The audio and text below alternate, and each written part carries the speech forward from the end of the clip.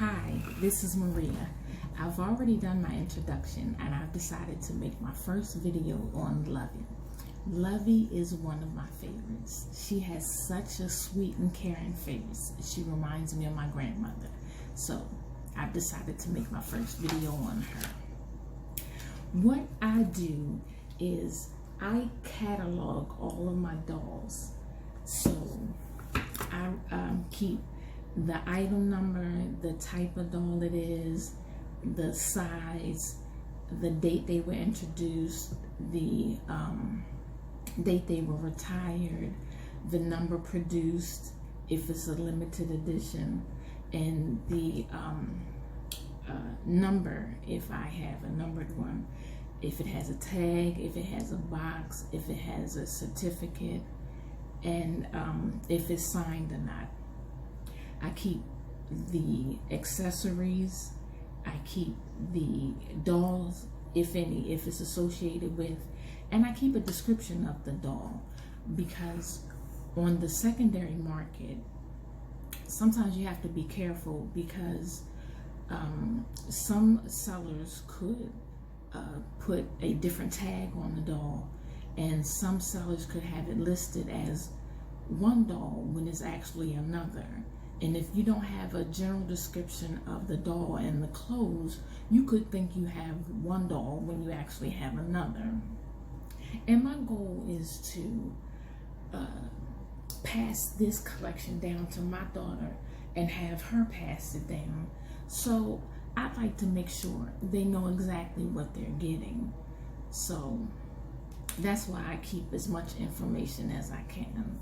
My receipts, whatever I get on the doll. So this is Lovie. Lovie is an open edition. She's 21 inches long. She was introduced in January of '96. She's in the 96 catalog. She was introduced as the little old lady in the shoe. There's an old lady in the who lived in a shoe. Her name is Lovie, and she's waiting for you. When she was introduced alone, but later she was associated with a doll named William, who's a child, and he was listed as her foster child. And she's wearing, as you can see, a blue flower dress with an apron. She has on pantaloons and white stockings and blue shoes. This Lovie is not signed, and I don't have a retirement date for her or the number produced. From what I read, they would produce the dolls, and then 6 months after production, they would tally up how many dolls they actually produced, and then provide that information. A lot of the dolls, the open edition early year dolls, 90 through 95, 96, I don't have the number produced, and I'm having a hard time finding that information.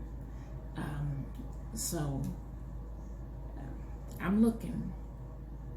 My goal is to share as much information as I can, because I find it hard to get information on the daddy long legs.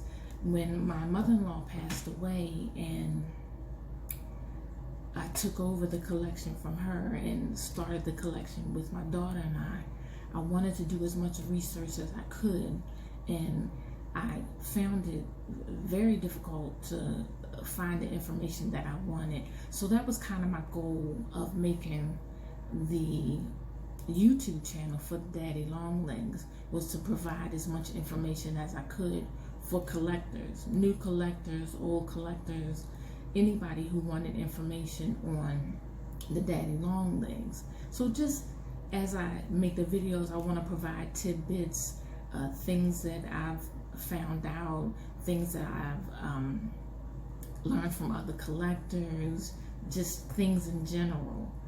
And hopefully meet some new collectors, answer some questions, get some questions answered. I've met some wonderful collectors on my journey so far. I hope to meet some more, and that's pretty much it. So I took a couple close-up shots of Lovie. I hope you enjoyed the shots, and I'll see you on the next video. Thanks.